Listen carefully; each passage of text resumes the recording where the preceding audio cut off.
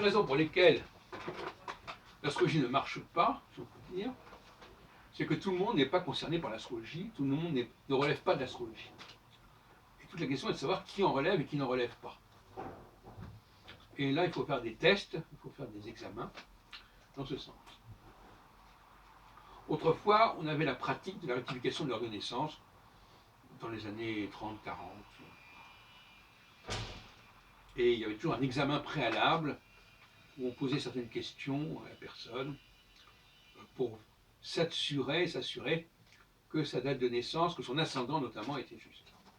Et d'ailleurs moi-même, quand j'ai commencé l'astrologie en 67, 68,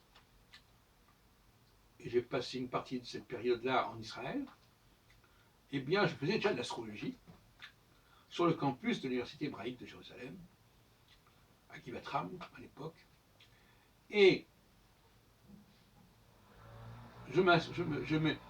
j'avais ma petite méthode qui valait ce qu'elle valait à l'époque, hein, j'avais 19 ans, qui était de poser des questions à la personne, mais surtout finalement de regarder son physique. Je m'étais mis dans la tête à l'époque que selon l'ascendant, on n'a pas la même tête. Donc voilà, il y avait des choses comme ça. Enfin, c'était une façon, je ne vais pas rentrer dans le détail, mais il y avait une volonté de valider l'ascendant au moyen de certaines questions. Et